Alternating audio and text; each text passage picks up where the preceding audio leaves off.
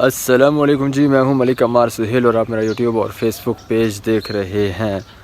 आज हम जा रहे हैं लाहौर से खानेवाल से बहावलपुर जाना है।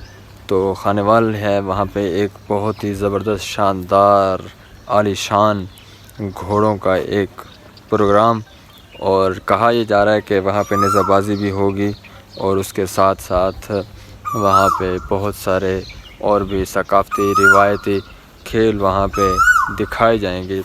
तो यहाँ से हम अभी रेडी होके कुछ ही देर में नाश्ता करने के बाद चले जाएंगे। तो जब वहाँ पे पहुँचते हैं तो आपको ये बहुत ही शानदार घोड़ों का डांस, घोड़ों और नेज़ाबाजी और घुड़सवारी लोग किस तरह कर रहे हैं, ये सारी चीज़ें आपको हम वहाँ पे जाके दिखाएंगे। अभी हम गाड़ी से उतर के टेप स्पीकर हाउस में पहुँचे हैं।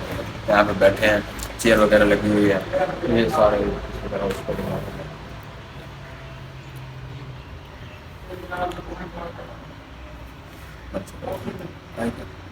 तो अब हम जा रहे हैं उस जगह पे जहाँ पे घुड़सवारी का शो हो रहा है, प्रोग्राम हो रहा है। फिर आपको वहाँ पे जाकर उसका भी दिखाएंगे।